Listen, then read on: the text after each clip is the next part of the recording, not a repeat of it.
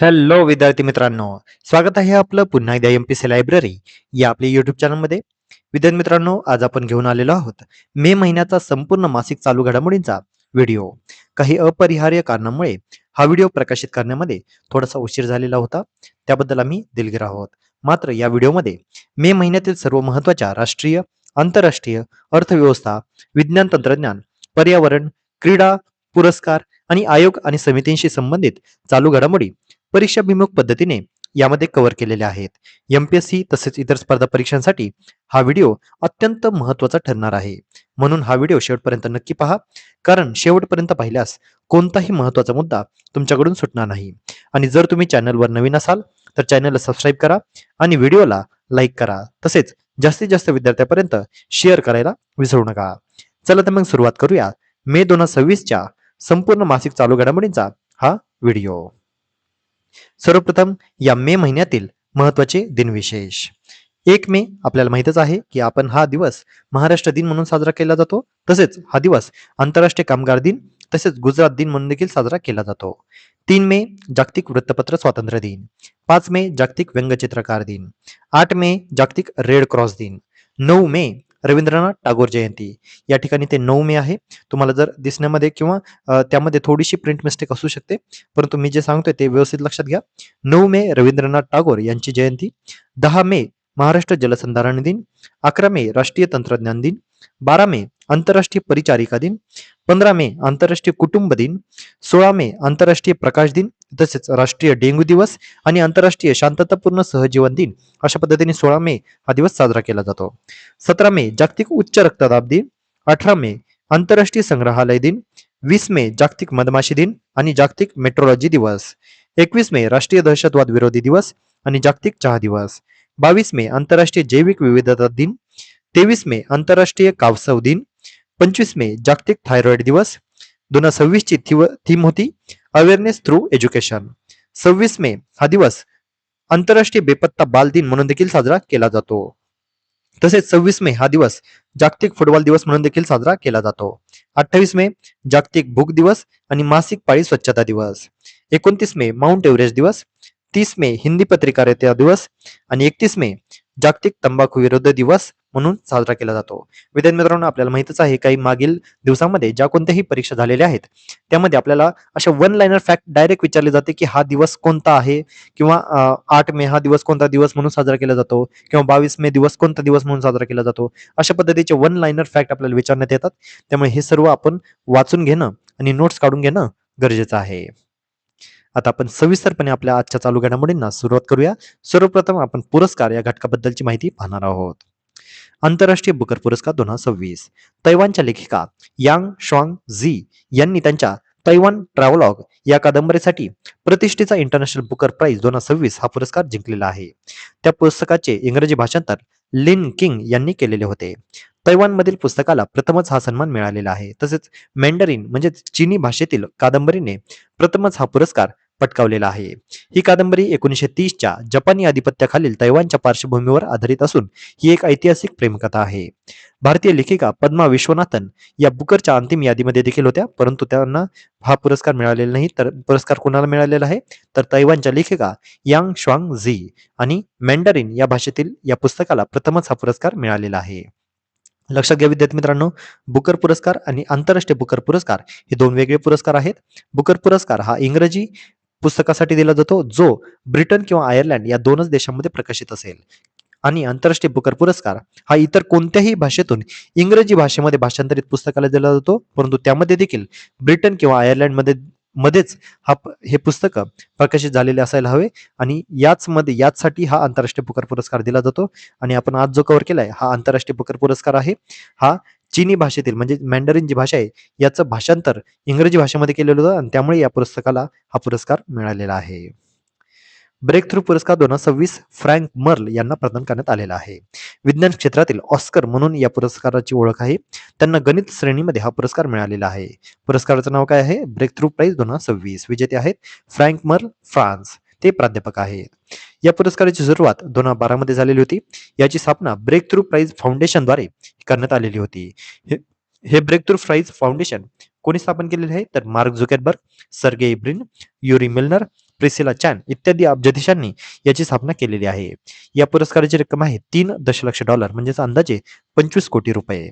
विशेष बाब म्हणजे फ्रँक मर्ल यांना नॉन लिनियर वेव्ह इक्वेशन आणि हायड्रोडायनेमिक्स क्षेत्रातील योगदानाबद्दल हा पुरस्कार मिळालेला आहे. आता फ्रँक मर्ल यांना 2026 ब्रेक थ्रू प्राइज मिळालेला आहे. तो गणित या विषयासाठी मिळालेला आहे. तर हॉंग वॉंग यांना 2026 न्यू हॉरिझन प्राइज इन मॅथमॅटिक्स हा पुरस्कार मिळालेला आहे. हे दोन्ही पुरस्कार आपल्याला परीक्षेच्या अनुषंगाने अतिशय महत्वाचे असणार आहेत. डॉक्टर अतनू नाथ यांना विज्ञानाचा ऑस्कर सन्मान मिळालेला आहे. आसामचे डॉक्टर अतनू नाथ यांना विज्ञानाचा ऑस्कर सन्मान.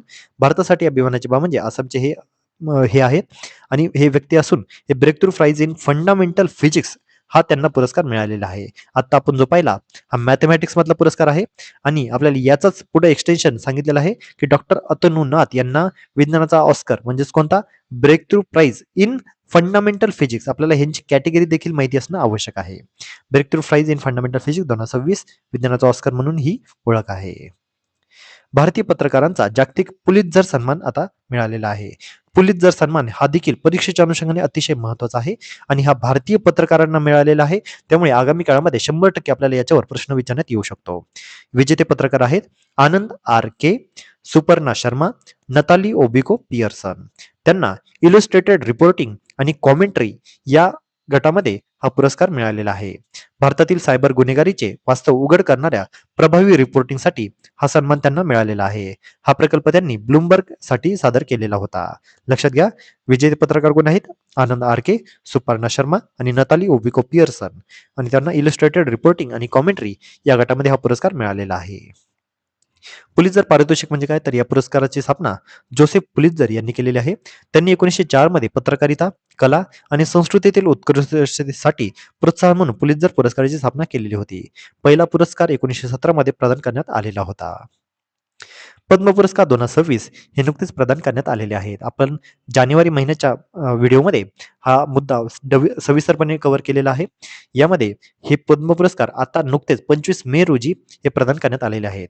याचं ठिकाण होतं राष्ट्रपती भवन. घोषणा 26 जानेवारी रोजी केलेली होती. पद्म पुरस्काराची सुरुवात 1954 साली झालेली आहे आणि यावर्षी एकूण 131 पद्म पुरस्कार प्रदान करण्यात आलेले आहेत. नुकत्याच झालेल्या परीक्षेमध्ये आपल्याला माहितीच आहे इव्हन 2025 आणि 2024 चे देखील पद्म पुरस्कार आपल्याला विचारले जातात. त्यामुळे आपल्याला ही माहिती खूप काळासाठी माहिती असणं आवश्यक आहे आणि आगामी काळामध्ये म्हणजे फक्त या वर्षीचाच नाही तर पुढच्या वर्षीच्या एक्झाम मध्ये देखील यावर आधारित प्रश्न विचारण्यात येऊ शकतो. त्यामुळे लक्षात घ्या, एकूण पद्म पुरस्कार यावर्षी 131 दिलेले होते. त्यामध्ये पद्मविभूषण 5, पद्मभूषण 13 आणि पद्मश्री 113 आहेत. तर यामध्ये एकूण महिला होत्या 19. मरणोत्तर पुरस्कार 16 जणांना मिळालेला आहे आणि महाराष्ट्रातील 15 जणांना पद्म पुरस्कार मिळालेला आहे, ज्यामध्ये 1 पद्मविभूषण, 3 पद्मभूषण आणि 11 पद्मश्री यांचा समावेश आहे. सविस्तरपणे महाराष्ट्रातील कोणाला हा पद्म पुरस्कार मिळालेला आहे हे बाजूच्या फोटोमध्ये दिसत आहे, ते तुम्ही स्क्रीनशॉट काढून वाचू शकता. भारतासाठी एक अतिशय अभिमानाची बातमी म्हणजे भारतीय लष्कराच्या शूर अधिकारी अभिलाषा बराक यांना प्रतिष्ठेच्या United nation military gender advocate of the year award 2025 ने सन्मानित करण्यात आलेले आहे. डिफेन्स क्षेत्रामध्ये हा पुरस्कार मिळालेला आहे आणि भारतीय महिलेला हा पुरस्कार मिळालेला आहे. त्यामुळे आपल्याला परीक्षेच्या अनुषंगाने हा अतिशय महत्वाचा पुरस्कार असणार आहे. त्या सध्या लेबनॉनमध्ये सुरू असलेल्या UN शांतता मोहिमेमध्ये कार्यरत असून UNIFIL मध्ये फिमेल एंगेजमेंट टीम कमांडर म्हणून महत्वाची जबाबदारी सांभाळत आहे. विशेष बाब म्हणजे त्या भारतीय लष्करातील पहिल्या महिला कॉम्बॅट हेलिकॉप्टर पायलट म्हणूनही ओळखल्या जातात. हा पुरस्कार 29 मे रोजी UN मुख्यालयामध्ये प्रदान केला जाणार आहे.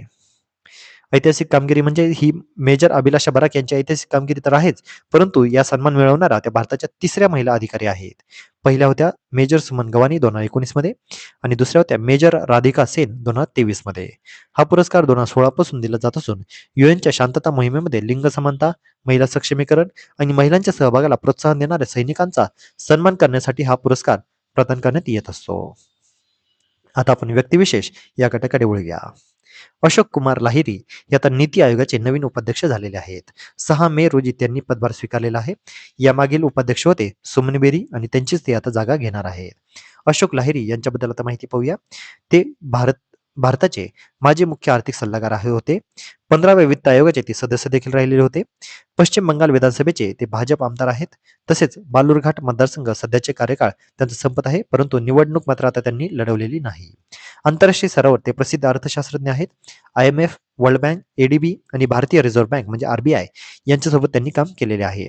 दिल्ली स्कूल ऑफ इकॉनॉमिक्स आणि इतर संस्थांमध्ये ते प्राध्यापक देखील राहिलेले आहेत. आणि नीती आयोगाच्या उपाध्यक्षपदी नियुक्त होणारे ते आता पहिले राजकीय पार्श्वभूमी असलेले व्यक्ती ठरलेले आहेत. लक्षात घ्या, नीती आयोगाचे नवीन उपाध्यक्ष कोण आहेत? अशोक कुमार लाहिरी.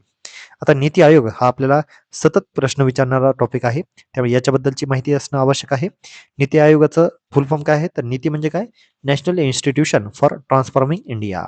याची स्थापना 1 जानेवारी 2015 या दिवशी करण्यात आलेली होती. अध्यक्ष कोण असतात? तर पंतप्रधान नरेंद्र मोदी स्वतः हे अध्यक्ष असतात. तर उपाध्यक्ष आहेत अशोक कुमार लाहिरी. आत्ताच आपण बोलल्याप्रमाणे त्यांना कॅबिनेट मंत्रीचा दर्जा असतो. तर नीती आयोगाचे CEO कोण आहेत? तर निधी चिब्बर, त्या IAS आहेत. इतर पूर्णवेळ सदस्य कोण आहेत? तर राजीव गौबा, KV राजू, गोवर्धन दास, अभय करंदीकर आणि M श्रीनिवास. 57व्या इफ्फीसाठी आशुतोष गोवारीकर यांची फेस्टिवल डायरेक्टरपदी नुकतीच नियुक्ती करण्यात आलेली आहे. इफ्फी हा पुरस्कार हा गोवा या ठिकाणी दरवर्षी आयोजित केला जातो आणि याच्या फेस्टिवल डायरेक्टरपदी आशुतोष गोवारीकर यांची आता नियुक्ती झालेली आहे. संरक्षण मंत्रालयामध्ये नवीन महत्वपूर्ण नियुक्ती झालेली आहे. 1990 बॅचचे भारतीय संरक्षण लेखा सेवा म्हणजेच IDAS अधिकारी विश्वजित सहाय यांना 1 मे 2026 रोजी डिफेन्स फायनान्स सचिव या पदाची सूत्रे त्यांनी स्वीकारलेली आहेत. यापूर्वी ते CGDA म्हणून कार्यरत होते, म्हणजेच काय, controller general of defence accounts. Saint Stephen's College Delhi विद्यापीठाचे ते माजी विद्यार्थी व कायदा पदवीधर आहेत. तसेच संरक्षण, वित्त व सार्वजनिक प्रशासन क्षेत्रातील त्यांना 30 पेक्षाही अधिक वर्षांचा समृद्ध अनुभव आहे. लक्षात घ्या, संरक्षण मंत्रालयात आता भारतीय संरक्षण लेखा सेवा अधिकारी म्हणून आता कोणाची नियुक्ती झालेली आहे? विश्वजित सहाय.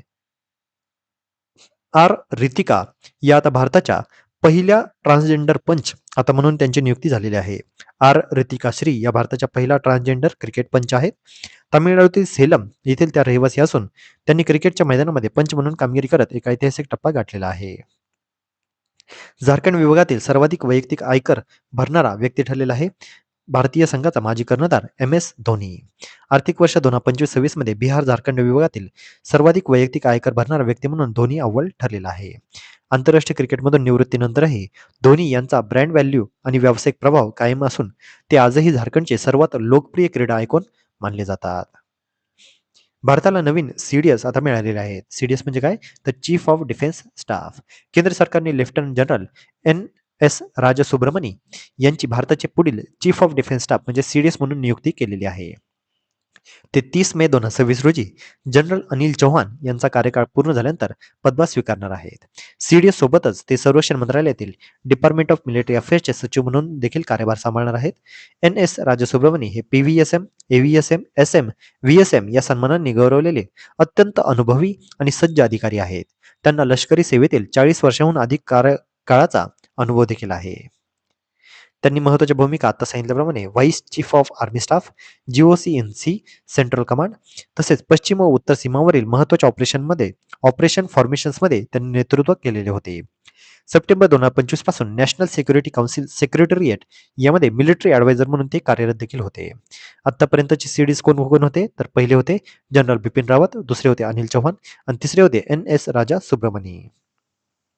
भारतीय नौदलाला आता नवीन नेतृत्व मिळाले आहे. व्हाईस ॲडमिरल कृष्णा स्वामीनाथन यांची पुढील नौदल प्रमुख म्हणजे चीफ ऑफ नेव्हल स्टाफ म्हणून नियुक्ती करण्यात आलेली आहे. विद्यमान नौदल प्रमुख दिनेश के त्रिपाठी हे 31 मे रोजी निवृत्त झालेले आहेत आणि त्यानंतर व्हाईस ॲडमिरल कृष्णा स्वामीनाथन यांनी त्यांचा पदभार हा स्वीकारलेला आहे. सध्या नौदलाच्या पश्चिम विभागाचे ते प्रमुख होते. दूरसंचार व इलेक्ट्रॉनिक युद्धनीतीचे तज्ज्ञ आहेत. 1 जुलै 1987 रोजी त्यांनी भारतीय नौदलामध्ये प्रवेश घेतलेला होता. NDA खडकवासला, ब्रिटनमधील जॉईंट सर्व्हिस कमांड आणि स्टाफ कॉलेज आणि अमेरिकेतील US नेव्हल वॉर कॉलेज येथे त्यांनी प्रशिक्षण घेतलेले आहे. पश्चिम बंगालला आता मिळालेले आहेत नवीन मुख्यमंत्री. त्यांचं नाव आहे सुवेंदू अधिकारी.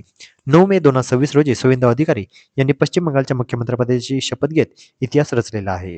भाजपला एक हाती सत्ता मिळवून देत त्यांनी राज्यामध्ये मोठा सत्ता बदल घडवून आणलेला आहे.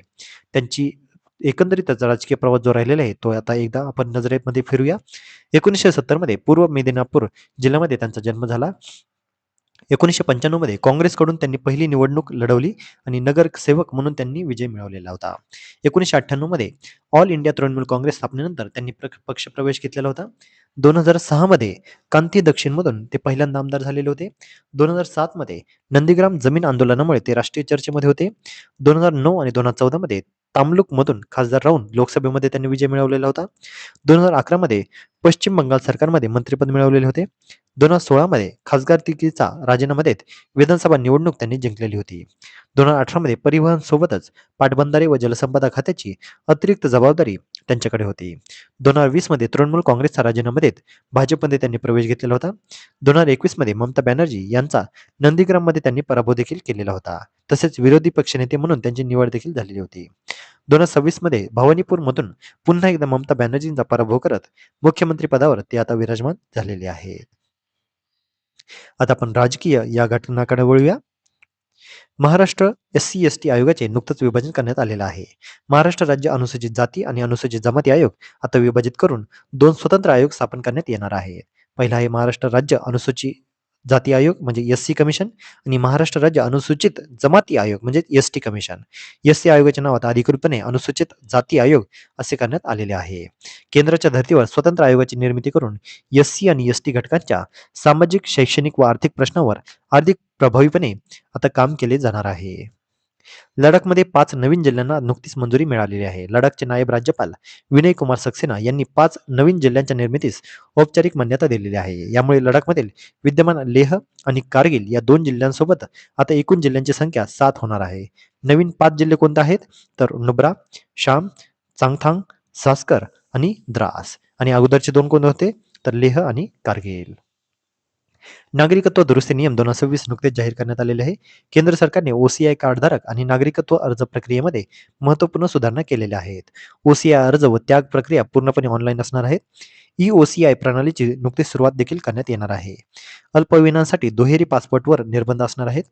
फास्ट ट्रॅक इमिग्रेशन प्रोग्रामसाठी बायोमेट्रिक संमती आवश्यक असणार आहे. तसेच दुबार कागदपत्र सादरीकरणाची अट आता रद्द करण्यात आलेली आहे. सिक्कीम आता ऐतिहासिक कामगिरी सिक्कीमने केलेली आहे. सिक्कीम हे भारतातील पहिले पेपरलेस स्टेट ज्युडिशियरी राज्य ठरलेले आहे. आपल्याला वन लाईनर या घटकामध्ये सरळ सरळ प्रश्न विचारण्यात येऊ शकतो की भारतातील पहिले पेपरलेस म्हणजे कागदविरहित राज्य जे ज्युडिशरीमध्ये आता अवलंबलेलं आहे म्हणजेच काय पेपरलेस स्टेट ज्युडिशरी कोणते राज्य ठरलेले आहे तर पहिले राज्य आहे सिक्कीम. आपल्याला महाराष्ट्र किंवा केरळ अशा पद्धतीचं राज्य वाटू शकतं परंतु सिक्कीम या राज्याने ही कामगिरी केलेली आहे. याची घोषणा न्यायमूर्ती सूर्यकांत यांनी घेतलेली आहे. राज्य आहे सिक्कीम आणि कार्यक्रमाचं स्थळ आहे गंगटोक. संसदेच्या महत्त्वाच्या समित्यांची नुकतीच पुनर्रचना करण्यात आलेली आहे. लोकसभा अध्यक्ष ओम बिर्ला यांनी 2026-27 या वर्षासाठी 4 संसदीय समित्यांची पुनर्रचना केलेली आहे. पहिली समिती आहे अंदाज समिती म्हणजेच कमिटी ऑफ इस्टिमेट्स. याच्या अध्यक्षपदी भाजप खासदार डॉक्टर संजय जयस्वाल यांची नियुक्ती करण्यात आलेली आहे. इस्टिमेट कमिटीमध्ये 30 सदस्य असतात आणि सर्व सदस्य हे लोकसभेतले असतात. दुसरी समिती आहे कमिटी ऑन पब्लिक अंडरटेकिंग म्हणजे सार्वजनिक उपक्रम समिती आणि याच्या अध्यक्षपदी भाजप खासदार बैजयंत पांडा यांची नियुक्ती करण्यात आलेली आहे. यामध्ये सदस्य आहेत 15 लोकसभा आणि 7 राज्यसभा. विधानसभा निवडणूक निकाल मे 2026 मध्ये जाहीर झालेला आहे. पश्चिम बंगालमध्ये आता NDA प्लस हा निवडून आलेला आहे. म्हणजे हा जो काही NDA गट आहे म्हणजे भाजपने जो काही लीड केलेला गट आहे तो निवडून आलेला आहे आणि पश्चिम बंगालचे मुख्यमंत्री आता सुवेंदू अधिकारी हे झालेले आहेत. तामिळनाडूमध्ये मात्र नवीन TVK पक्ष हा आलेला आहे आणि त्या ठिकाणी थलपती विजय हे आता मुख्यमंत्री झालेले आहेत. केरळमध्ये UDF सरकार आता त्या ठिकाणी आलेले आहे. आसाममध्ये पुन्हा एकदा NDAचे वर्चस्व झालेले आहे. पुदुच्चेरी या केंद्रशासित प्रदेशात देखील NDA प्लस हे निवडून आलेले आहेत आणि या ठिकाणी आता कोणकोणते मुख्यमंत्री आहेत हे आपण आगामी काळामध्ये आता पाहणार आहोत. महत्त्वाचा पराभव कोण झालेला तर ममता बॅनर्जी यांचा महत्त्वाचा पराभव झालेला आहे. त्यांना सुवेंदू अधिकारी यांनी भवानीपूर मतदारसंघातून हरवलेले आहे. तर तामिळनाडूचे मुख्यमंत्री जे होते माजी मुख्यमंत्री MK स्टॅलिन यांचा देखील पराभव झालेला आहे. त्यांना VS बाबू जे TMDK पक्षाचे होते त्यांनी हरवलेले आहे. सर्वोच्च न्यायालयात न्यायाधीशांची संख्या आता वाढणार आहे आणि ऑलरेडी ती वाढलेली देखील आहे. सुप्रीम कोर्ट अमेंडमेंट बिल 2026 आता संसदेत मांडण्यास हिरवा कंदील झालेला आहे. काय बदल होणार आहे तर न्यायाधीशांची संख्या आता 33 वरून 37 झालेली आहे आणि ही संख्या भारताचे सरन्यायाधीश वगळून आहे. संवैधानिक आधार काय आहे तर कलम 124 नुसार संसदेला संख्या वाढवण्याचा अधिकार आहे. सर्वोच्च न्यायालयामध्ये न्यायाधीशांची संख्या कशी झालेली आहे? तर 1956 मध्ये 10 न्यायाधीश होते, 1960 मध्ये 13, 1977 मध्ये 17, 1986 मध्ये 25, 2008 मध्ये 30, 2019 मध्ये 33 आणि 2026 मध्ये आता 37 एवढी संख्या झालेली आहे. माकपचा राष्ट्रीय पक्षाचा दर्जा आता धोक्यात आलेला आहे. माकप म्हणजे काय? तर मार्क्सवादी कम्युनिस्ट पक्ष म्हणजे CPIM याची स्थापना 7 नोव्हेंबर 1964 या दिवशी झालेली होती. सध्या देशामध्ये 6 राष्ट्रीय पक्ष आहेत. पहिला आहे भाजप, दुसरा आहे भारतीय राष्ट्रीय काँग्रेस, तिसरा आहे भारतीय कम्युनिस्ट पक्ष मार्क्सवादी म्हणजे CPM आणि चौथा आहे बहुजन समाज पार्टी म्हणजे BSP आणि पाचवा आहे नॅशनल पीपल्स पार्टी NPP आणि सहावा आहे आम आदमी पार्टी म्हणजे AAP. खालीलपैकी 3 पैकी कोणत्याही एका अटीची पूर्तता करतो, तेव्हा राष्ट्रीय पक्ष म्हणून मान्यता मिळत असते. पहिली अट आहे, जर एखाद्या पक्षाने लोकसभेमध्ये किमान 3 वेगवेगळ्या राज्यांमधून 2% जागा जिंकलेल्या असतील, तर राष्ट्रीय पक्ष म्हणून मान्यता मिळते. लोकसभा किंवा विधानसभेच्या सार्वत्रिक निवडणुकीमध्ये पक्षाला जर 4 राज्यांमध्ये किंवा 4 लोकसभेच्या जागावर 6% मत मिळालेले असेल तर, किंवा तिसरी अट आहे, एका पक्षाला 4 किंवा अधिक राज्यांमध्ये राज्य पक्ष म्हणून मान्यता मिळते, त्यावेळेस त्यांना राष्ट्रीय पक्ष म्हणून मान्यता मिळत असते.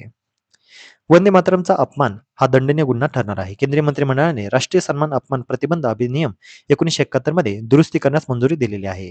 सध्या 1971 या कायद्यामध्ये राष्ट्रगीत, जनगण मन, राष्ट्रीय ध्वज, संविधान आणि या 3 गोष्टी आहेत आणि या तिन्हीचा अपमान केला तर 3 वर्षापर्यंत कारावास किंवा दंड किंवा दोन्ही शिक्षा होऊ शकते. आता यामध्ये वंदे मातरम या राष्ट्रीय गीताचा देखील समावेश करण्यात आलेला आहे. पश्चिम बंगाल विधानसभा अखेर विसर्जित करण्यात आलेली आहे. ममता बॅनर्जी यांनी राजीनामा देण्यास नकार दिल्यानंतर राज्यपालांनी आपल्या घटनात्मक अधिकारांचा या ठिकाणी वापर केलेला होता. विधानसभेचा कार्यकाळ 7 मे 2024 रोजी समाप्त झालेला होता आणि रात्री 12 वाजता कार्यकाळ संपल्यानंतर विधानसभा लगेच विसर्जित करण्यात आलेली आहे. घटनात्मक तरतुदीनुसार राज्यपालांची कारवाई येता या ठिकाणी घेतलेली आहे. महत्त्वाचं घटनात्मक कलम आपल्याला माहिती असणं कोणतं आवश्यक आहे? तर कलम 174. सध्या चर्चेतील राज्यपाल कोण आहेत? तर आसामचे राज्यपाल आहेत लक्ष्मण प्रसाद आचार्य, तामिळनाडूचे राज्यपाल आहेत राजेंद्र अर्लेकर, केरळचे राज्यपाल आहेत राजेंद्र अर्लेकर, पश्चिम बंगालचे राज्यपाल आहेत RN रवी, तर पुदुच्चेरीचे राज्यपाल आहेत K कैलाशनाथन. तामिळनाडूच्या मुख्यमंत्रीपदी अभिनेता विजय यांची नियुक्ती करण्यात आलेली आहे. चेन्नईतील नेहरू इंडोर स्टेडियममध्ये 10 मे रोजी झालेल्या भव्य शपथविधी सोहळ्यामध्ये राज्यपाल राजेंद्र आर्लेकर यांनी विजय यांना पद व गोपनीयतेची शपथ दिली. काँग्रेस, CPI, CPM, VCK आणि IUML यांच्या पाठिंब्याने विजय यांनी 234 सदस्यीय विधानसभेमध्ये 120 आमदारांचा पाठिंबा मिळवलेला आहे. सर्वात महत्त्वाचे म्हणजे 1967 नंतर DMK किंवा AIADMK या बाहेरील पक्षातून मुख्यमंत्री बनणारे विजय हे तामिळनाडूचे पहिलेच मुख्यमंत्री ठरलेले आहेत. पुदुच्चेरीच्या मुख्यमंत्रीपदी N रंगास्वामी यांची नियुक्ती करण्यात आलेली आहे. राष्ट्रपती द्रौपदी मुर्मू यांनी रंगास्वामी यांना त्यांच्या मुख्यमंत्रीपदी नियुक्ती केली. त्यानंतर पुदुच्चेरीचे उपराज्यपाल कैलासनाथन यांनी रंगास्वामी यांना केंद्रशासित प्रदेशामध्ये सरकार स्थापण्यास निमंत्रण घेतलेले आहे. रंगास्वामी कोण आहेत? ते पुदुच्चेरीतील लोकप्रिय नेते असून त्यांनी अनेकदा पुदुच्चेरीचे कामराज असे देखील म्हटले जाते. ते ऑल इंडिया NR काँग्रेस म्हणजे AINRC चे संस्थापक आहेत. त्यांचा पक्ष हा सध्या NDA चा घटक पक्ष आहे. NDA मध्ये BJP, AIADMK, LJK यांच्यासारखे पक्ष त्यांच्या सोबत आहेत. पुदुच्चेरी विधानसभेची निवडणूकमध्ये पक्षांच्या जागा मिळालेल्या होत्या, तर AINRC यांच्या नेतृत्वाखाली NDAने सलग दुसऱ्यांदा सत्ता मिळवलेली आहे. NDAला 30 पैकी 18 जागांवर विजय मिळालेला आहे. त्यापैकी AINRCने 12 जागा, BJPने 4 जागा, तर AIADMK आणि LJK या पक्षाने 1 जागा जिंकलेली आहे. आसाममध्ये हेमंत बिस्वा शर्मा हे आता मुख्यमंत्रीपदी विराजमान झालेले आहेत. हेमंत बिस्वा शर्मा यांनी आसाम भाजप विधिमंडळ पक्षाच्या बैठकीत सलग दुसऱ्या कार्यकाळासाठी एकमताने निवड त्यांची ही झालेली आहे. आसाम विधानसभेच्या 126 जागांसाठी झालेल्या निवडणुकीमध्ये भाजपने दमदार कामगिरी करत 84 जागांवर विजय मिळवलेला आहे. NDA आघाडीला विजय मिळवून त्यांनी 102 आमदारांचा पाठिंबा मिळवलेला आहे. शर्मा हे आता सलग दुसऱ्यांदा राज्याच्या मुख्यमंत्रीपदी आता राहिलेले आहेत आणि आसामच्या इतिहासात सलग 2 कार्यकाळ मुख्यमंत्री राहणारे ते पहिले गैर काँग्रेस नेते म्हणून आता त्यांची नोंद झालेली आहे.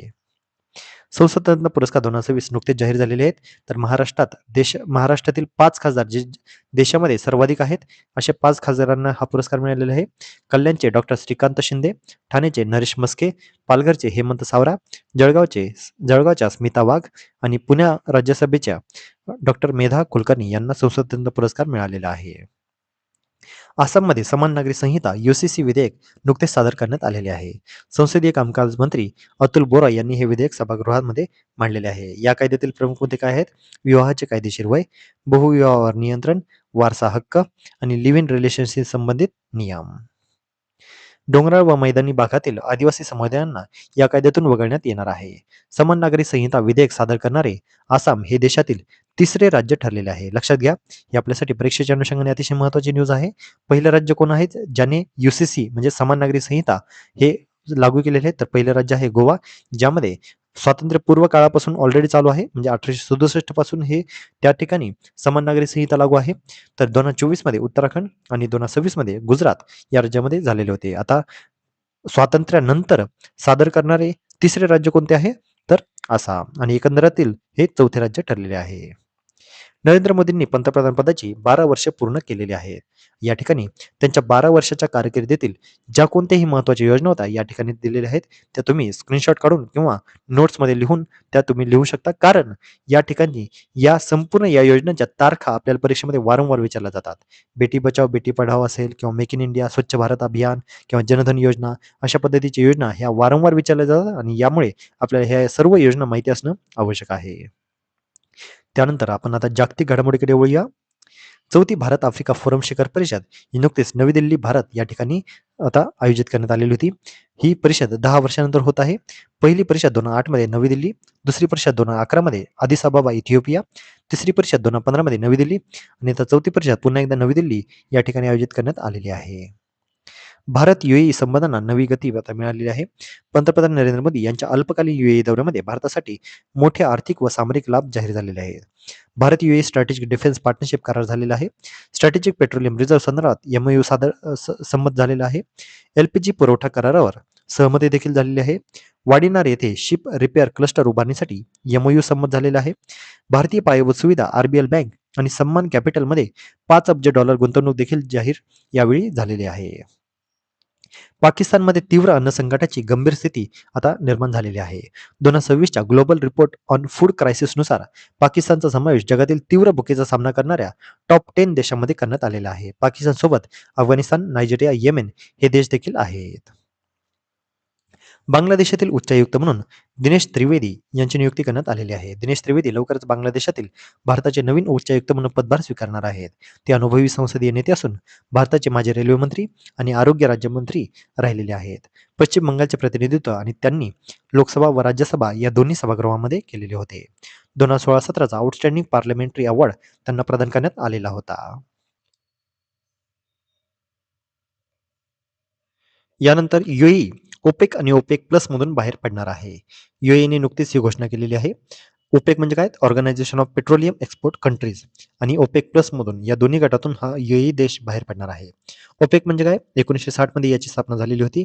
याचं मुख्यालय व्हिएन्ना या ठिकाणी आहे. याचा उद्देश आहे सदस्य देशांच्या तेल उत्पादक धोरणाचे समन्वय करून जागतिक तेलाच्या किमती स्थिर ठेवणे हे आहे. सध्या या संघटनेमध्ये 12 सदस्य देश आहेत. Saudi Arabia, Iran, Iraq, Kuwait, Venezuela हे 5 देश ओपेकचे संस्थापक देश आहेत. ओपेक प्लस म्हणजे काय? तर ओपेक सदस्यांसोबतच रशियासारख्या गैर ओपेक तेल उत्पादक देशांचा विस्तारित गट हा ओपेक प्लस आहे. जागतिक तेल पुरवठा आणि किंमत नियंत्रणामध्ये अधिक प्रभावी भूमिका या ओपेकची आहे. तुलसी गॅबॉर्ड यांनी नुकताच त्यांचा राजीनामा दिलेला आहे. तुलसी गॅबॉर्ड यांनी US director of national intelligence पदाचा राजीनामा दिलेला आहे. पती अब्राहम विल्यम्स यांच्या आरोग्याच्या कारणास्तव त्यांनी हा राजीनामा दिलेला आहे. नुकतेच अमेरिकेचे परराष्ट्रमंत्री मार्को रुबियो यांनी भारत भेट दिलेली आहे. ते अमेरिकेचे 72वे परराष्ट्रमंत्री आहेत. त्यांनी 23 ते 26 मे 2026 या कालावधीमध्ये भारत भेट दिलेली आहे. या भारत भेटीचा उद्देश काय होता? तर क्वाड विदेश मंत्री बैठक यामध्येच ते सहभागी होणार आहेत. क्वाड म्हणजे काय? Quadrilateral security dialogue. 2007 मध्ये जपानचे तत्कालीन पंतप्रधान शिंजो आबे यांनी या क्वाड या संघटनेची स्थापना केलेली होती. क्वाडमध्ये 4 महत्वाचे देश कोणते आहेत? भारत, अमेरिका, जपान आणि ऑस्ट्रेलिया. नाटोची परराष्ट्रमंत्री बैठक 2026 ही नुकतेच हेल्सिंगबर्ग, स्वीडन या ठिकाणी आयोजित करण्यात आलेली होती. ही स्वीडनची पहिलीच नाटो परराष्ट्रमंत्री बैठक होती आणि याचे अध्यक्ष होते नाटोचे महासचिव मार्क रूट. याचा उद्देश होता जुलै 2026 मधील अंकारा समिटची तयारी करणे. म्हणजेच या 2026 ची नाटो वार्षिक परिषद कुठे होणार आहे? तुर्कीमधील अंकारा या ठिकाणी. नाटो म्हणजे काय? तर नाटोचा फुल फॉर्म आहे नॉर्थ अटलांटिक ट्रीटी ऑर्गनायझेशन. याची स्थापना 4 एप्रिल 1949 या दिवशी झालेली आहे. याचे संस्थापक सदस्य होते 12 देश आणि सध्या याचे 32 देश आहेत. 31वा देश होता फिनलँड, 32वा होता स्वीडन. सध्या महासचिव आहेत मार्क रुट्टे आणि नाटोचं मुख्यालय आहे ब्रुसेल्स, बेल्जियम या ठिकाणी. अमेरिका इराणच्या युरेनियमला का विरोध करत आहे अशा पद्धतीचं हे आर्टिकल आहे. कारण इराण युरेनियम एनरिचमेंट शुद्धीकरण करते आहे. अमेरिका आणि इस्रायलची भीती आहे की इराण परमाणु शस्त्र बनवेल आणि मध्य पूर्व हे अस्थिर होईल. इराण इस्रायलला नष्ट करण्याची धमकी देखील देत आलेला आहे. न्यूक्लिअर हत्यार रेस आता यामुळे सुरू होणार आहे आणि याचंच हे म्हणून ह्याचीच भीती म्हणून नुकतेच इराणवर अमेरिका आणि इस्रायल या दोन्ही देशांनी आता हमले सुरू केलेले आहेत आणि सध्या देखील हे युद्ध सुरू आहे. JCPOA हे मोडल्यानंतर इराणने मर्यादा मोडलेल्या आहेत. युरेनियम म्हणजे काय? तर युरेनियम हे एक रेडिओ ऍक्टिव्ह धातू आहे. याचा अनुक्रमांक आहे 92. पिरियोडिक टेबलमधील ॲक्टिनाइड सिरीजमधील हा एक महत्त्वाचा धातू आहे. याचे दोन मुख्य प्रकार आहेत.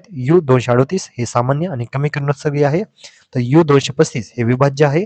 याच्यामुळेच न्यूक्लिअर चेन रिॲक्शन होत असते. युरेनियम का महत्वाचे आहे याचं कारण म्हणजे U-235 हे एक महत्वाचे एक नैसर्गिक घटक आहे ज्याचे न्यूक्लिअर फिशन सहज होऊ शकते. यामुळे मोठ्या प्रमाणात ऊर्जा निर्माण होते. 1 किलो युरेनियम 235 मध्ये 1500 टन कोळसा इतकी ऊर्जा असते. युरेनियम कशासाठी वापरले जाते? न्यूक्लिअर ऊर्जा, वीज उत्पादन, सबमरीन आणि परमाणु बॉम्ब तसेच वैद्यकीय उपचार, कॅन्सर उपचार आणि डायग्नोसिससाठी देखील युरेनियम हा वापरला जातो. आता आपण आर्थिक या घटकाकडे वळूया. लडाखच्या पर्यटनाला इंडस्ट्रीचा दर्जा नुकताच देण्यात आलेला आहे. यामुळे आता या ठिकाणी वीज आणि पाणी औद्योगिक दराने मिळणार आहेत, म्हणजे सवलतीच्या दराने मिळणार आहेत. तसेच बँक कर्ज हे सवलतीचा व्याजदर आणि प्राधान्याने कर्ज उपलब्धता मिळणार आहे. नुकतेच भारत न्यूझीलंड मुक्त व्यापार करारावर नवी दिल्लीमध्ये सही झालेली आहे.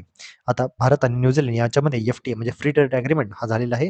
केंद्रीय वाणिज्य व उद्योग मंत्री पियुष गोयल यांनी या संदर्भातची घोषणा ही केलेली आहे.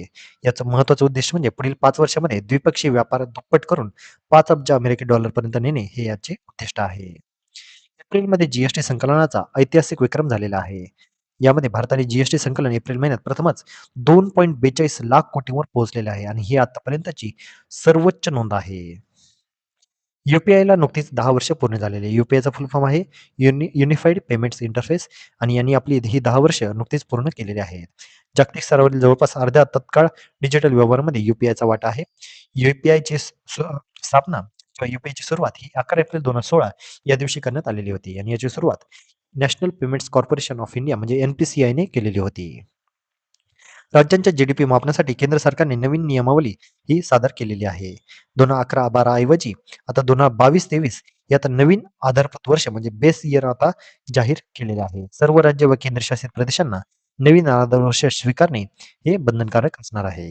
यामुळे काय काय बदलणार आहेत? तर स्मार्टफोन, ई-कॉमर्स, क्लाउड कॉम्प्युटिंग सारख्या आधुनिक क्षेत्रांचा जीडीपी मध्ये समावेश करण्यात आलेला आहे.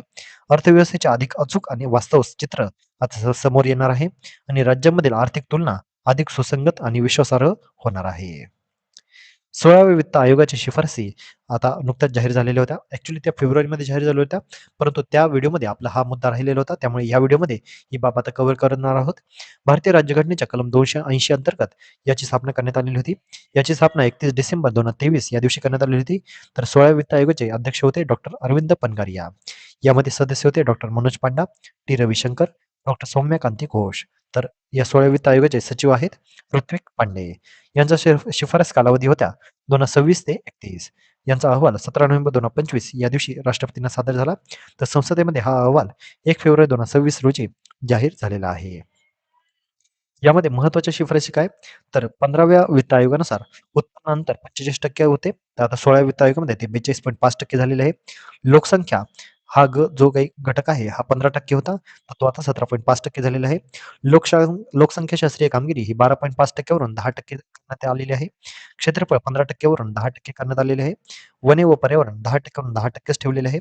तर कर व वित्तीय प्रयत्न हे 2.5% होतं. तर आता हा निकष रद्द करण्यात आलेला आहे. तर जीडीपी मधील राज्याचे योगदान हा एक नवीन जो काही निकष आहे हा समाविष्ट करण्यात आलेला आहे आणि हा निकष 10% एवढा ठेवण्यात आलेला आहे. आता महत्वाचा सर्वाधिक वाटा हा कोणाला मिळाले तर उत्तर प्रदेशला सर्वाधिक वाटा मिळालेला आहे 17.62%.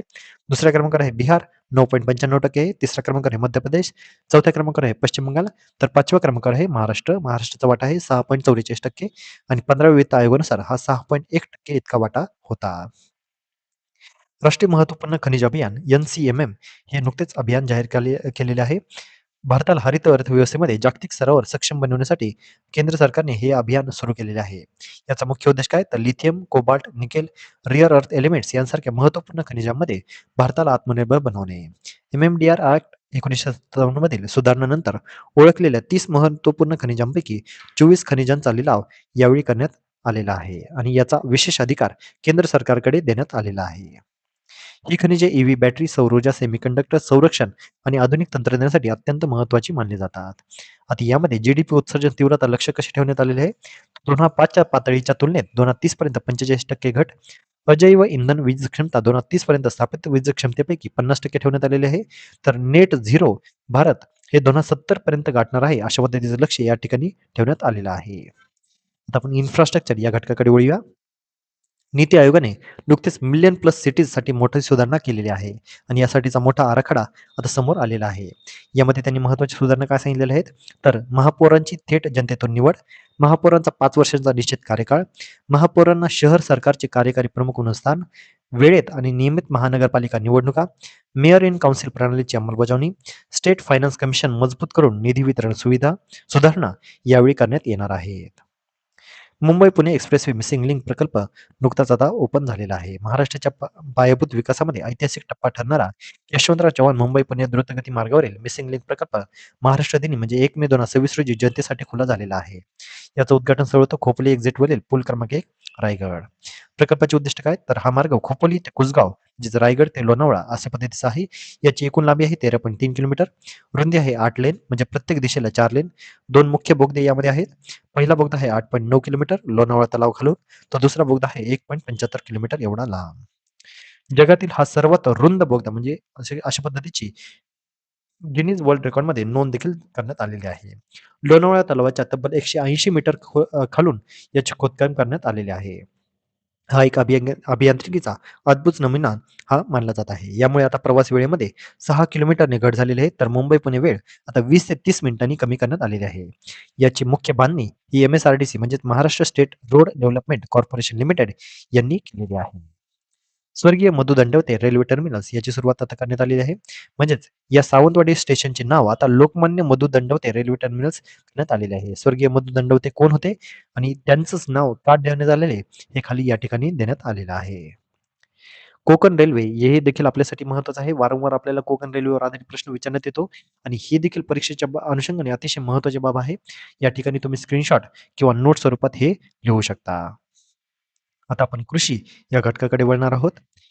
पिकांच्या MSP मोठी वाढ करण्यात आलेली आहे. केंद्रीय मंत्रिमंडळाने 2026-27च्या विपणन हंगामासाठी 14 खरीप पिकांच्या किमान आधारभूत किमतीमध्ये वाढ करण्यास मंजुरी दिलेली आहे. यातील प्रमुख पिके कोणती तर सूर्यफूल बियाणे, कापूस, नायजर सीड, तीळ आणि धान.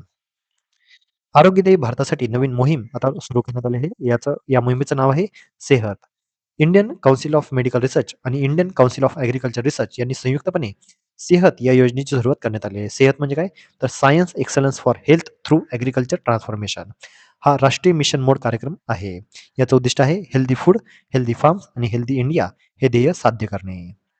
Arunachal kiwi the USP of Arunachal Pradesh या मिशनमध्ये आता Arunachal kiwi the USP of Arunachal मिशनमध्ये याची सुरुवात ministry of development north eastern region यांनी केलेली आहे. याचा उद्देश आहे अरुणाचल प्रदेशला भारताचे प्रीमियम ऑर्गॅनिक किवी हब बनवणे. अरुणाचल प्रदेश भारताच्या एकूण किवी उत्पादनामध्ये 50% पेक्षा जास्त वाटा उचलत आहे.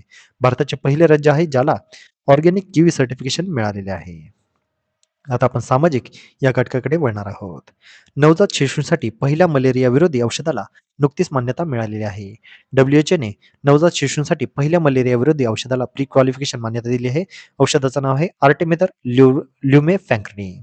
24 एप्रिलला याची मान्यता मिळालेली आहे. 25 एप्रिलला जागतिक मलेरिया दिवस असतो आणि याच्या पूर्वसंध्येला ही मान्यता मिळालेली आहे.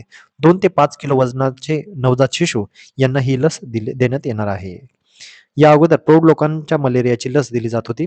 WHO प्री क्वालिफिकेशन म्हणजे काय तर जागतिक मान्यता सर्व WHO सदस्य देश थेट वापरू शकतात आणि यालाच WHO प्री क्वालिफिकेशन असे म्हटले जाते. स्वस्थ भारत पोर्टल या योजनेची देखील सुरुवात करण्यात आलेली आहे.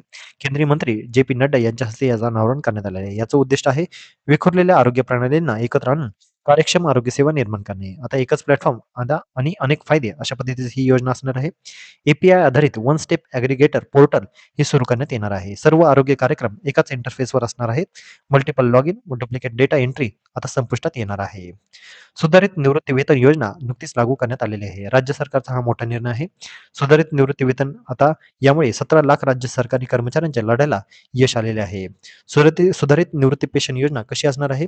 तर 20 वर्ष सेवा जर केलेली असेल तर शेवटच्या वेतनाच्या 50% पेन्शन लागू असणार आहे.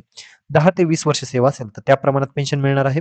किमान 10 वर्ष सेवा असेल तर त्यामध्ये अ, अ, किमान 10 वर्ष असेल तर 7,500 पेन्शन मिळणार आहे आणि 10 वर्षापेक्षा जर कमी सेवा असेल तर पेन्शन मिळणार नाही. अशा पद्धतीचं या ठिकाणी ही योजना आहे. यामध्ये एक अट आहे ती म्हणजे निवृत्तीच्या वेळी राष्ट्रीय निवृत्ती वेतन योजनेअंतर्गत जमा निधीपैकी 60% रक्कम शासनाकडे जमा करावी लागणार आहे.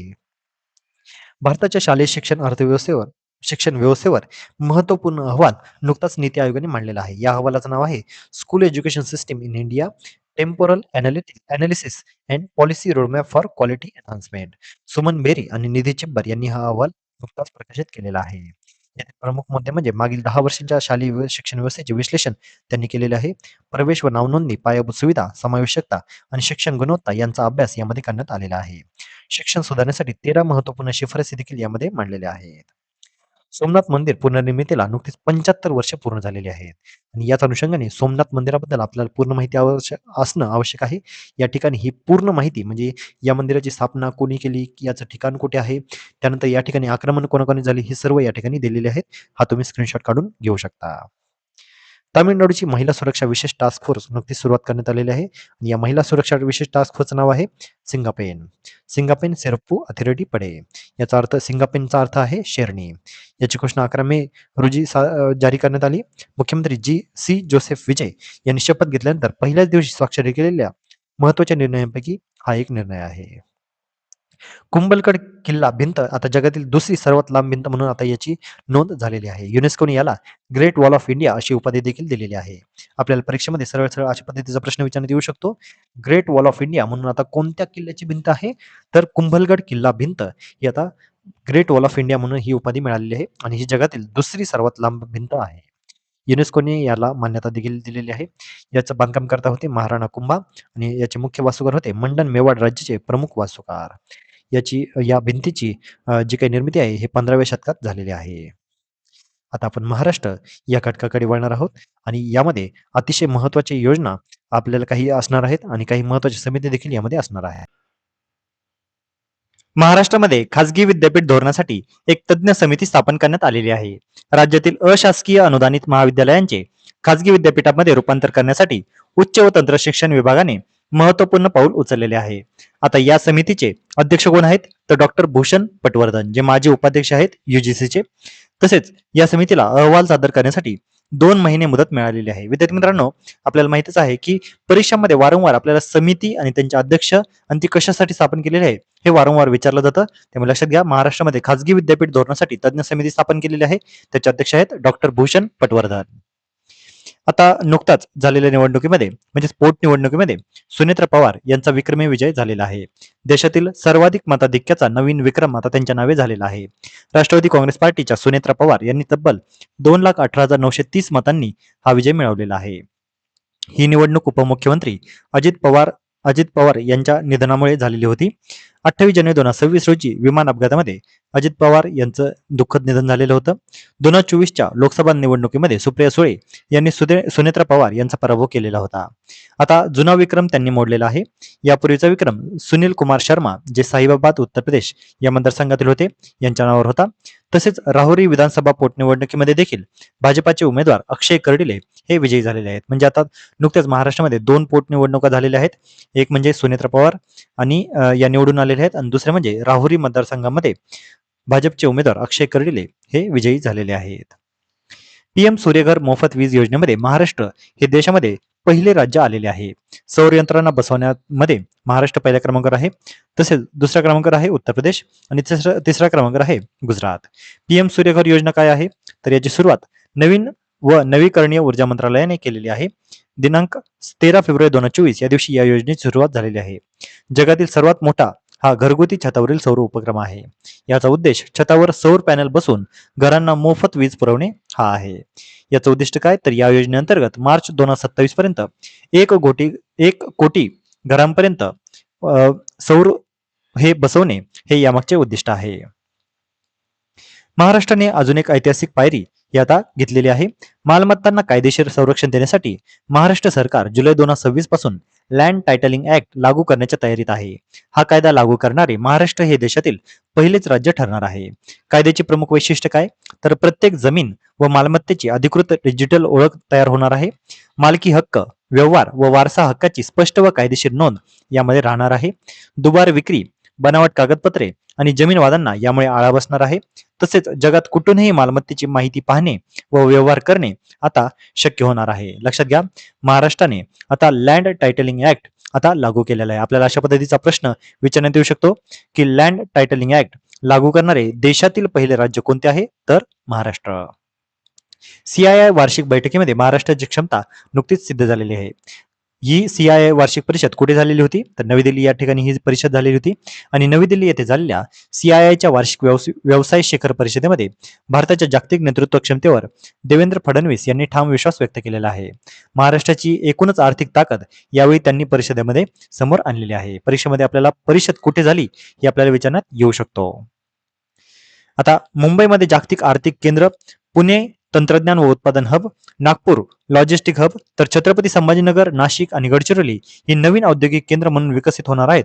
अशा पद्धतीचं स्टेटमेंट देखील देवेंद्र फडणवीस यांनी यावेळी दिलेलं आहे. महाराष्ट्राने यावेळी लक्ष काय ठेवलेले आहेत, तर 2030 पर्यंत $1,00,00,000 अर्थव्यवस्था, तर 2047 पर्यंत जगातील महत्वाच्या प्रादेशिक अर्थव्यवस्थांमध्ये स्थान मिळवण्याचं लक्ष यावेळी महाराष्ट्राने ठेवलेले आहे. सिंहस्थ कुंभमेळ्याच्या बोधचिन्हाचे नुकतेच अनावरण करण्यात आलेले आहे. या बोधचिन्हाविषयी माहिती म्हणजे भगवान शंकराचे त्रिशूळ यामध्ये आहे, जे आध्यात्मिक ऊर्जेचे प्रतीक आहे. त्र्यंबकेश्वर मंदिर याची प्रतिकृती या लोगोमध्ये आहे. तर काळाराम मंदिराची कमान आणि गोदावरी नदी ही देखील या बोधचिन्हामध्ये कोरलेली आहे. आणि बाजूच्या चित्रामध्ये तुम्हाला ते बोधचिन्ह दिसतच असणार आहे. आता यावर्षी सिंहस्थ कुंभमेळा हा नाशिक या ठिकाणी भरणार आहे. महाराष्ट्र विधान परिषदेमध्ये 10 सदस्यांनी नुकतीच शपथ घेतलेली आहे. विधान परिषदेचे सभापती राम शिंदे यांनी नव्याने निवडून आलेल्या 10 सदस्यांना नुकतीच शपथ दिलेली आहे. हे 10 नवीन आता आमदार कोण आहेत, जे विधान परिषदेमध्ये निवडून आलेले आहेत आणि ते कोणत्या पक्षाचे आहेत हे या ठिकाणी दिलेले आहे. आता आपण पर्यावरण या घटकाकडे वळणार आहोत. वाहन क्षेत्रामध्ये नुकतेच भारताने मोठे बदल केलेले आहेत. केंद्र सरकारने सेंट्रल मोटर व्हेकल्स रूल्स 1989 मध्ये सुधारणा करण्यासाठी मसुदा अधिसूचना जारी केलेली आहे. या बदलांचा उद्देश हा उच्च इथेनॉल म्हणजे E20 आणि जैवइंधन म्हणजे बायोफ्युएल यांच्या मिश्रण लक्ष्यांशी सुसंगता साधणे हा आहे. यामध्ये प्रमुख प्रस्तावित बदल काय आहेत, तर हायड्रोजन इंधन वर्गीकरणामध्ये सुधारणा करण्यात आलेली आहे. हायड्रोजन CN ऐवजी आता हायड्रोजन CNG असा बदल प्रस्तावित आहे. तसेच वाहन व वजन मर्यादेमध्ये देखील वाढ आता करण्यात आलेली आहे. E20 रोल आउटशी ही आता सुसंगत बदल केलेले आहेत. देशातील 20% इथेनॉल मिश्रण धोरणाशी वाहन मानके जुळवली जाणार आहेत. तसेच बायोडिझेल मानकांमध्ये देखील मोठा बदल करण्यात आलेला आहे. बायोडिझेल संदर्भात B10 वरून आता थेट B100 यापर्यंत अद्ययावत करण्यात येणार आहे. उत्सर्जन चाचणी व तांत्रिक मानकांचे एकसंधीकरण करण्यात येणार आहे. इमिशन टेस्टिंग, पॅरामीटर्स आणि टेक्निकल नोटेशन्स यामध्ये अधिक प्रमाणबद्ध व आधुनिक देखील करण्यात येणार आहे.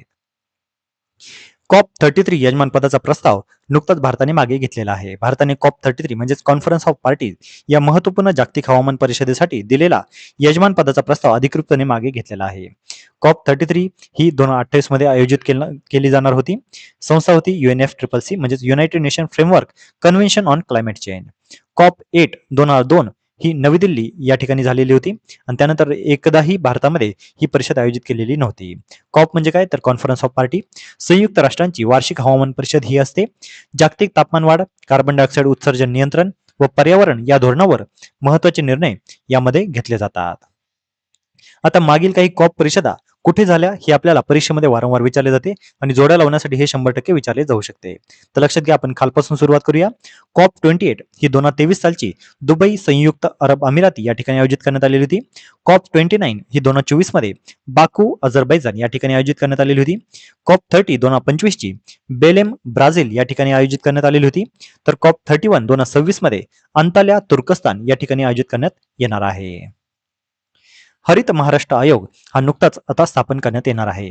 हरित महाराष्ट्र समृद्ध महाराष्ट्र या ध्येयाने महाराष्ट्रामध्ये हरित महाराष्ट्र आयोग हा स्थापन करण्यात येणार आहे. भारताचा पहिला हरित मिथेनॉल प्रकल्प हा नुकताच आता गुजरातमधील कच्छच्या बन्नी गवताळ प्रदेशामध्ये उभारला जाणार आहे. या प्रकल्पामध्ये अनेक वर्षांपासून जैवविविधतेसाठी धोकादायक ठरलेल्या प्रोसोपिस ज्युलिफ्लोरा म्हणजेच विलायती बाभूळ या आक्रमक वनस्पतीचा उपयोग करून हरित मिथेनॉल म्हणजेच ग्रीन मिथेनॉल याचा आता प्रोडक्शन केलं जाणार आहे. दिल्लीमध्ये कॅच द रेन 2026 या मोहिमेची सुरुवात करण्यात आलेली आहे. दिल्लीच्या मुख्यमंत्री रेखा गुप्ता यांनी 1 मे 2026 रोजी आर के पुरम येथे कॅच द रेन 2026 या मोहिमेचे नुकतेच उद्घाटन केलेले आहे. याचं उद्दिष्ट म्हणजे दिल्लीतील भूजल पातळी वाढवणे आणि पावसाच्या पाण्याचे संवर्धन करणे हे आहे. नीरा जलशुभंकराचे यावेळी अनावरण करण्यात आले.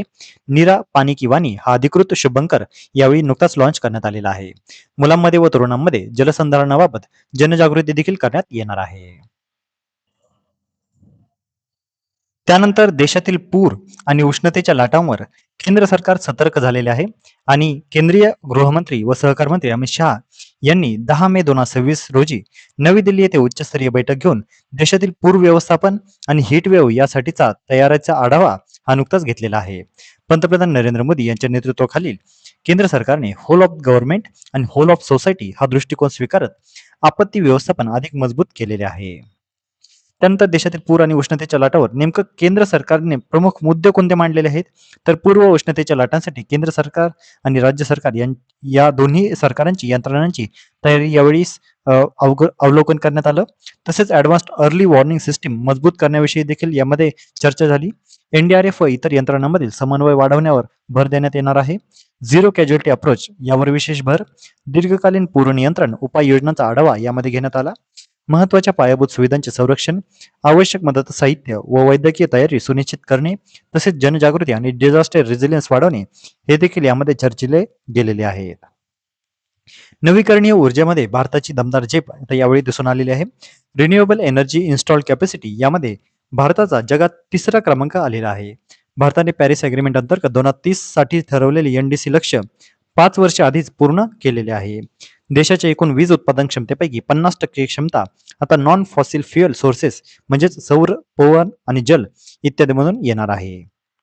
त्रिपुरा सरकारने आता खर्च बचतीसाठी मोठा निर्णय घेतलेला आहे. त्रिपुरा सरकारने काटकसरीचे उपाय लागू करत खर्च कमी करणे आणि इंधन बचतीवर भर दिलेला आहे. नवीन नियमांनुसार ग्रुप सी आणि ग्रुप डी कर्मचाऱ्यांपैकी दररोज फक्त 50% कर्मचारी कार्यालयामध्ये उपस्थित राहणार आहेत. उर्वरित कर्मचारी वर्क फ्रॉम होम पद्धतीने काम करणार आहेत. साप्ताहिक ड्युटी रोस्टर तयार करून आलटून पालटून उपस्थिती निश्चित केली जाणार आहे. पंतप्रधानांच्या इंधन बचतीच्या आवाहनानंतर हा महत्वाचा निर्णय यावेळी घेण्यात आलेला आहे. भारताचा पहिला अल्गी ट्री म्हणजे शेवाळ वृक्ष हा नुकताच भोपाळ मध्य प्रदेश या ठिकाणी स्थापन करण्यात आलेला आहे. याचं ठिकाण आहे अशोका गार्डन, स्वामी विवेकानंद पार्क. याचं उद्घाटन 1 मे रोजी मध्य प्रदेशचे कॅबिनेट मंत्री विश्वास सारंग यांच्या हस्ते करण्यात आलेला आहे. निर्माता आहेत मशरूम वर्ल्ड ग्रुप. यांचं कार्य आहे प्रकाश संश्लेषणद्वारे वातावरणातील कार्बन डायऑक्साईड शोषणे व ताजा ऑक्सिजन हवेमध्ये सोडणे. वर्षाला सुमारे 1.5 टन ऑक्सिजन यामध्ये सोडण्यात येणार आहे. एक अल्गी ट्री जवळपास 25 प्रौढ झाडांच्या समान कार्बन डायऑक्साईड शोषण आणि ऑक्सिजन उत्पादन करत असते. भारतातील पहिले पाण्याखाली संग्रहालय हे आता सिंधुदुर्ग या ठिकाणी आता स्थापन करण्यात येणार आहे. सिंधुदुर्ग जिल्ह्यातील प्रसिद्ध निवती समुद्र किनाऱ्याजवळ हे ठिकाण असणार आहे. भारतातील हे पहिलेच असे संग्रहालय असणार आहे. INS गुलतार हे भारतीय नौदलातून निवृत्ती झालेली युद्धनौका होती आणि याच युद्धनौकामध्ये सिंधुदुर्ग किनाऱ्याजवळ समुद्रामध्ये मुद्दाम बुडवण्यात आलेली आहे. आता या बुडालेल्या युद्धनौकेवर पाण्याखालील संग्रहालय विकसित केले जाणार आहे. नौका नैसर्गिकरित्या प्रवाळ भिंत आणि माशांच्या निवासस्थानामध्ये रूपांतरित होणार आहे. हे पर्यटकांसाठी स्कुबा डायव्हिंग आणि पाणबुडी पर्यटनचे प्रमुख आकर्षण केंद्र बनणार आहे. आता आपण विज्ञान आणि तंत्रज्ञान या घटकाकडे वळणार आहोत. इबोला या आजाराला आंतरराष्ट्रीय आणीबाणी म्हणून आता जाहीर करण्यात आलेला आहे. WHO कडून इबोला रोगाला आंतरराष्ट्रीय चिंतेची सार्वजनिक आरोग्य आणीबाणी हे घोषित करण्यात आलेली आहे. डेमोक्रॅटिक रिपब्लिक ऑफ काँगो आणि युगांडामधील या देशाच्या मधील साथीला हे घोषित करण्यात आलेले आहे. इबोलाचा एक बुंदीबोगा इबोला हा स्ट्रेन यावेळेस खूप जास्त आता पसरलेला आहे आणि याचमुळे ही आंतरराष्ट्रीय आणीबाणी ही जाहीर करण्यात आलेली आहे. इबोलाचा सध्याचा मृत्यूदर हा जवळपास 15 ते 25% दरम्यान आहे. बुंदीबोगा स्ट्रेन याबद्दल माहिती पाहूया. हा पहिल्यांदा 2007 मध्ये युगांडामधील बुंदीबोगा जिल्ह्यामध्ये आढळलेला होता आणि याच कारणामुळे या स्ट्रेनला बुंदीबोगा असं नाव देण्यात आलं. झियर स्ट्रेनपेक्षा हा कमी आक्रमक, परंतु कोणतीही मंजूर लस किंवा विशिष्ट उपचार यासाठी उपलब्ध नाही आहेत. जगातील पहिले air taxi station UAE Dubai या ठिकाणी सुरू करण्यात आलेले आहे. ठिकाण आहे दुबई आंतरराष्ट्रीय विमानतळ.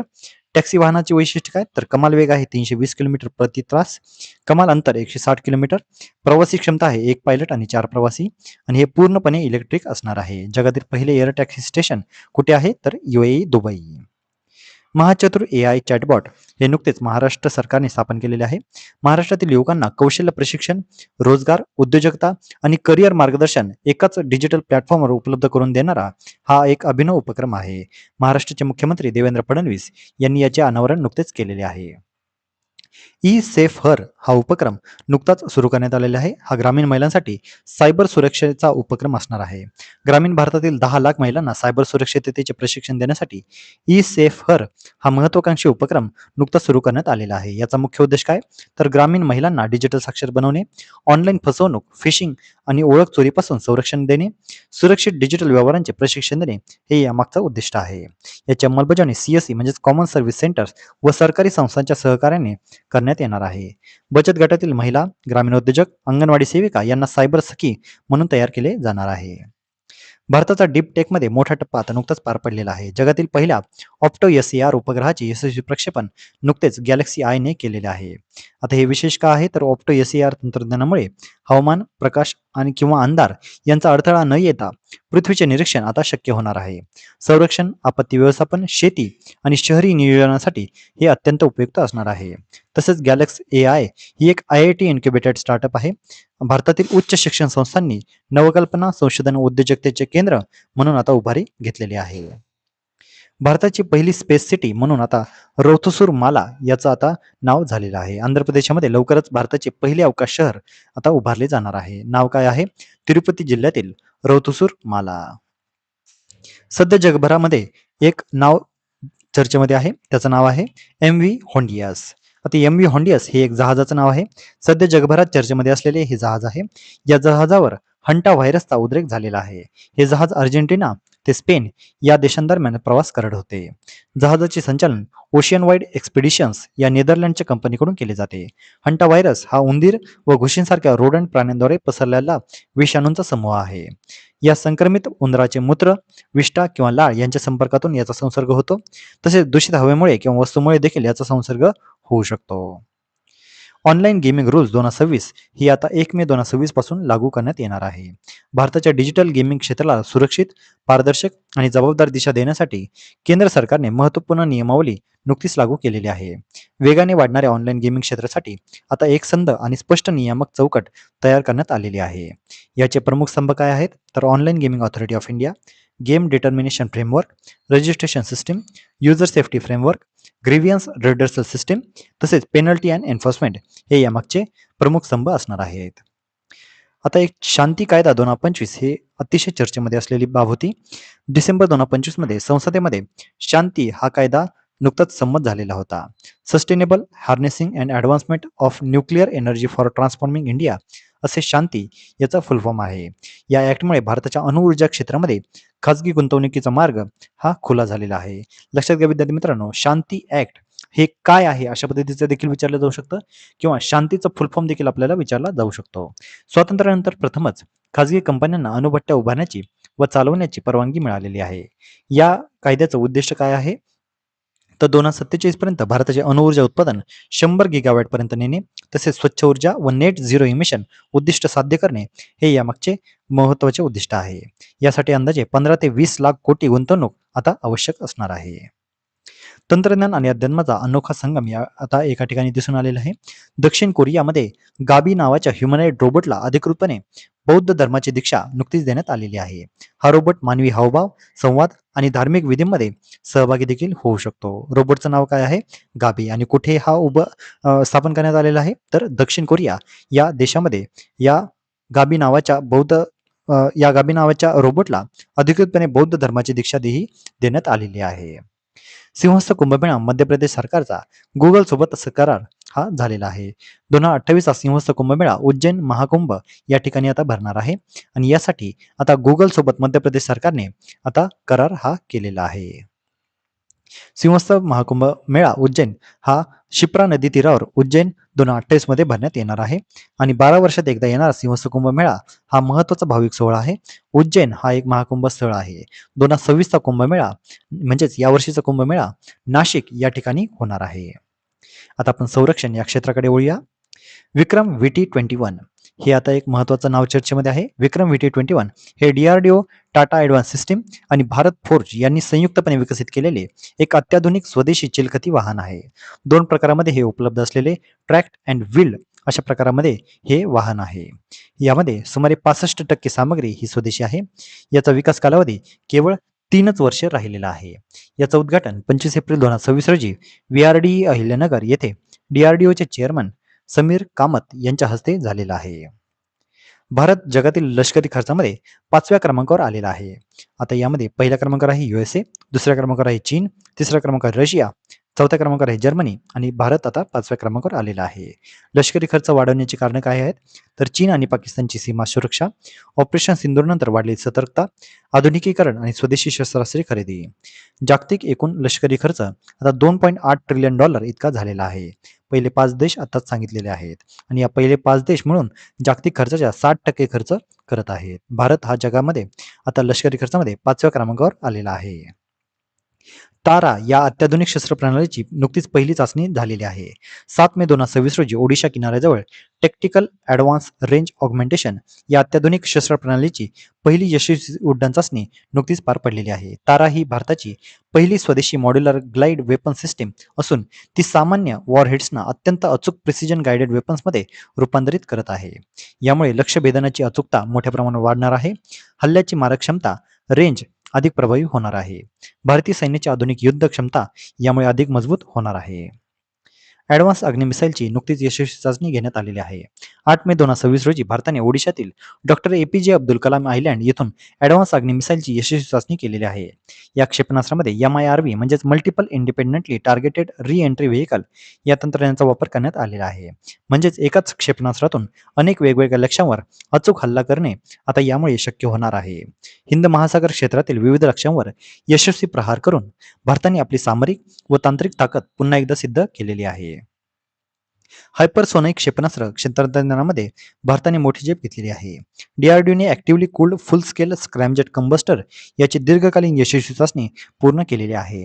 या यशामुळे भारत प्रगत हायपरसोनिक मिसाईल टेक्नॉलॉजी आणि आधुनिक युद्ध तंत्रज्ञानाच्या क्षेत्रामध्ये आघाडीवर पोहोचलेला आहे. सुपरसॉनिक एअर ब्रीदिंग इंजिन यामध्ये तंत्रज्ञान असणार आहे. तसेच स्वदेशी विकसित लिक्विड हायड्रोकार्बन एंडोथर्मिक फ्युएल असणार आहे. High temperature thermal barrier coating असणार आहे आणि अत्याधुनिक मॅन्युफॅक्चरिंग प्रोसेस देखील यामध्ये असणार आहे. आपल्याला सबसोनिक, सुपरसोनिक आणि हायपरसोनिक यामधील फरक माहिती असणं आवश्यक आहे.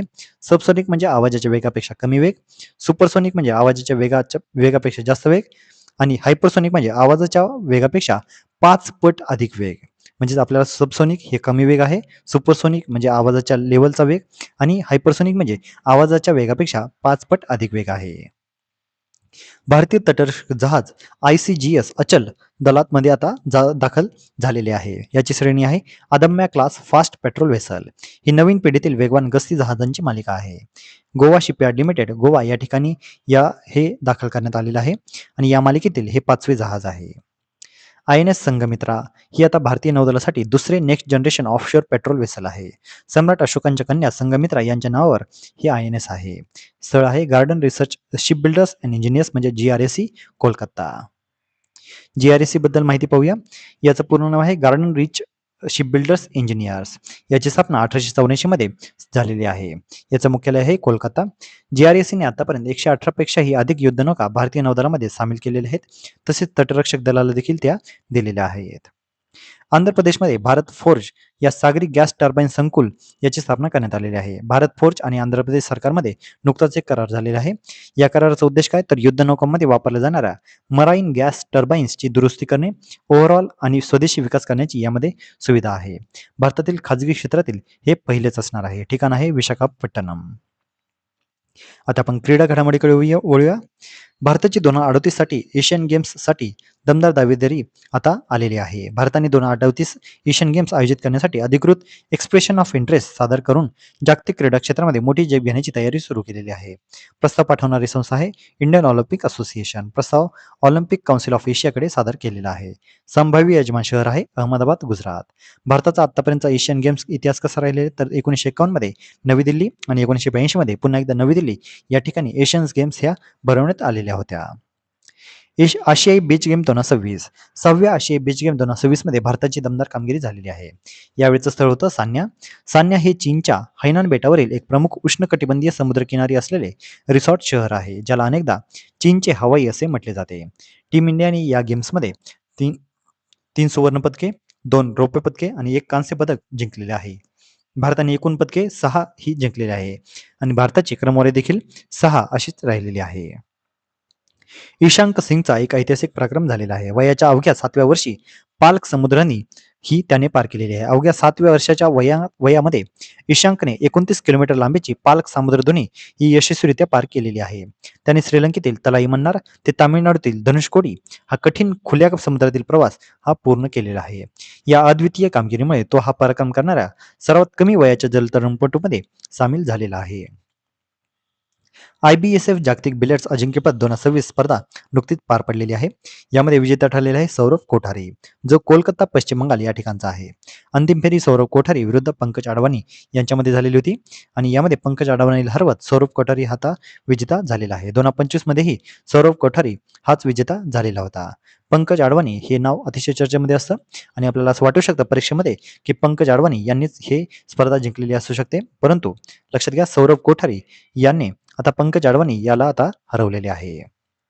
इंडियन सुपर लीग 2025-26 चे विजेतेपद नुकतेच ईस्ट बेंगाल एफसीने जिंकलेले आहे. विजेते आहे ईस्ट बेंगाल एफसी आणि उपविजेते आहेत inter Kashi. East Bengal FC पहिल्यांदाच ISL किताब आता जिंकलेला आहे. ईस्ट बेंगाल एफसी कोलकातातील प्रसिद्ध क्लब आहे. यांची फायनल 21 मे 2026 रोजी किशोर भारती क्रीडा स्टेडियम कोलकाता या ठिकाणी झालेली होती. ISL ची 12वी आवृत्ती होती. ISL ची सुरुवात 2014 मध्ये करण्यात आली होती. आयोजक आहेत ऑल इंडिया फुटबॉल फेडरेशन. यामध्ये एकूण 14 संघ सहभागी होते. युसुफ इझ्झारी याला गोल्डन बूट मिळालेला आहे. मागील सीझनचे विजेते आहेत मोहन बागान सुपर जायंट आणि उपविजेते होते बेंगळूर FC. गुरविंदर सिंह आता भारताचे सर्वात वेगवान 100 मीटर धावपटू ठरलेले आहेत. 100 मीटर राष्ट्रीय विक्रम आता त्यांच्या नावे झालेला आहे. त्यांनी 10.09 सेकंद एवढा वेळ 100 मीटर धावण्यासाठी घेतलेला होता. 2026च्या फेडरेशन कप स्पर्धेमध्ये त्यांनी हा विक्रम आपल्या नावे केलेला आहे. यापूर्वीचा राष्ट्रीय विक्रम अनिमेश कुजूर यांच्याकडे होता. त्यांनी 10.18 सेकंद असा विक्रम केलेला होता. आता गुरविंदर सिंह हे नाव आपण लक्षात ठेवणं गरजेचं आहे. त्यांनी 10.09 सेकंद एवढी वेळ 100 मीटरसाठी घेतलेली आहे. जगातील 100 मीटर 5 सर्वात वेगवान धावपटू कोण आहेत तर Usain Bolt Jamaica 9.58 second, Tyson Gay America 9.69 second, Yohan Blake Jamaica 9.69 second, Asafa Powell Jamaica 9.72 second तर जस्टिन गॅटलिन अमेरिका 9.74 सेकंद.